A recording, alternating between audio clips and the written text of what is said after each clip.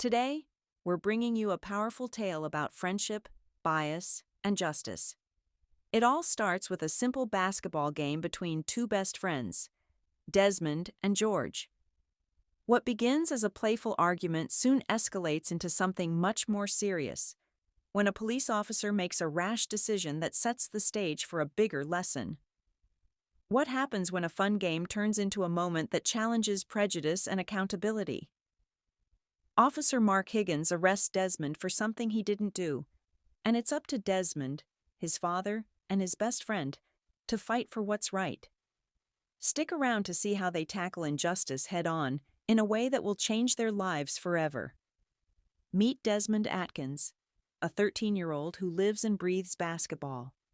Whether it's shooting hoops in his backyard or playing with his friends, the game is everything to him. And then there's George Thompson, his best friend since kindergarten. The two have been inseparable from the very beginning, sharing countless memories and always having each other's backs, no matter what. Despite their different skin colors, their bond has never wavered, proving that friendship goes beyond appearances. One sunny afternoon, their usual basketball game takes place at the local park, the place where they've spent countless hours together. But what starts as just another fun game soon takes a turn, setting the stage for a moment that will test their friendship, their character, and their belief in justice.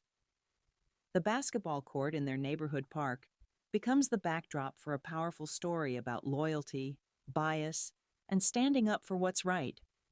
Desmond and George were having the time of their lives, as they always did, shooting hoops at their local park. The ball bounced off the rim and rolled to the side. Desmond, laughing, joked about the miss, but George wasn't having it. "You missed that shot on purpose," George shouted, crossing his arms, a hint of frustration in his voice. Desmond rolled his eyes. "Are you serious?" "It's just a game, George. Stop being dramatic," he replied, trying to keep things light. But George wasn't backing down. "No way. You definitely did that on purpose," he shot back, his face reddening with anger. The playful back and forth quickly turned into a heated exchange. Desmond, trying to stay calm, told George to chill out. But before long, George shoved him, his temper getting the best of him. Desmond, not one to back down, pushed George back. And just like that, what started as a friendly game turned into a shoving match, drawing the attention of a few kids nearby. They watched, some whispering, unsure of what to make of the scene. That's when Officer Mark Higgins, who had been patrolling the area, noticed the commotion. He marched toward the group, his eyes narrowing as he took in the scene. "Hey, what's going on here?" he barked, making everyone freeze. Desmond, still trying to explain, opened his mouth to speak, but George, quick on his feet, stepped forward. "It's nothing, sir. Just a game that got out of hand. It's my fault," he said, hoping to defuse the situation. But Officer Higgins wasn't listening to George. His eyes locked onto Desmond, his expression hardening. "You think it's okay to cause trouble in this neighborhood?" He snapped at Desmond, his voice cold and accusatory. Desmond blinked in confusion, trying to make sense of what was happening. "I didn't—" Higgins cut him off, raising his hand. "Hands behind your back. You're coming with me." Desmond's heart sank as Higgins grabbed him by the arm. Despite George's attempt to speak up and admit responsibility, Officer Higgins completely dismissed him. "Go home, kid. This has nothing to do with you," he said, shooing George away as he shoved Desmond toward the police car.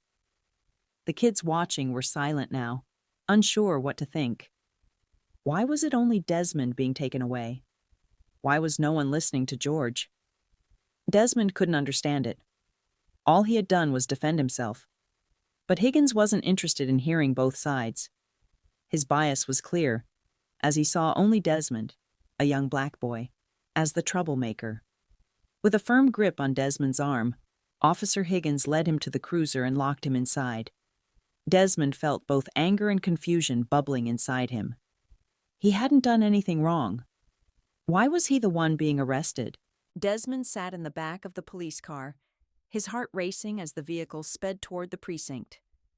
The sirens were silent, but the weight of the situation was suffocating. Confusion and fear flooded his mind. Why had Officer Higgins targeted him? He had done nothing wrong, just defended himself when George shoved him.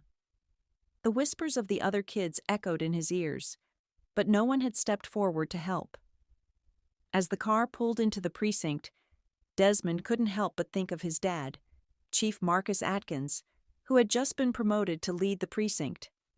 He had always taught Desmond to stay calm and composed, but right now, he felt anything but calm. Meanwhile, back at the park, George's loyalty to his best friend was unwavering. Panicked and upset, he sprinted to Desmond's house, not stopping until he reached the door. He rang the bell repeatedly until Chief Atkins opened it, his face filled with concern. "What's going on, George?" the chief asked, noticing the boy's distress. Breathless, George explained, "It's Desmond, sir. Officer Higgins arrested him for no reason. We were just playing. I started it, but Higgins didn't listen. He just took Desmond, and now he's locked up." Chief Atkins, immediately understanding the gravity of the situation, said only one thing: "Stay here." He grabbed his car keys and left, determined to make things right for his son. Chief Atkins stormed into the precinct, his expression deadly serious. The moment he entered, the room fell silent. Every officer in the building stopped what they were doing, recognizing the presence of their new boss. Officer Higgins looked up and froze, realizing exactly who had entered.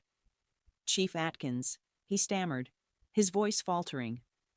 Without hesitation, Chief Atkins marched straight to the holding cell where Desmond had been. He locked eyes with Higgins and demanded, "What happened here?" His voice was sharp, filled with authority.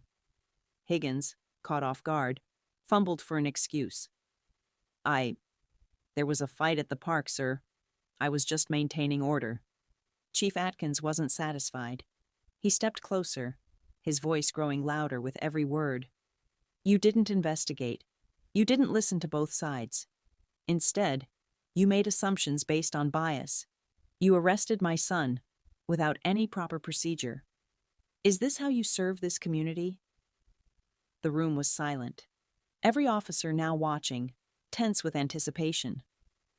Chief Atkins continued, his voice unwavering. "You represent this precinct, and that means serving everyone, not just the people you're comfortable with.